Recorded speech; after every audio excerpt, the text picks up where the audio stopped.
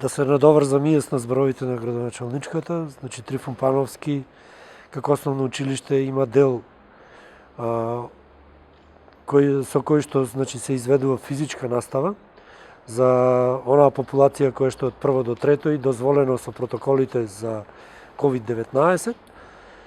Основното училиште, благодарение и на огромната поддршка на општина Битола, ги исполни во целост сите протоколарни мерки кои што беа потребни за училиштето да може да изведува настава со физичко присуство.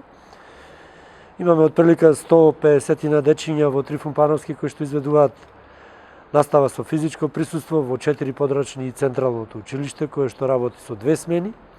До сега проблеми немало никакви. Благодарение на општината и градоначалничката која што морам да ја пофалам во оваа прилика, е една од најуспешните градоначалници во сервисирањето на училиштата и нивните потреби во цела оваа ситуација.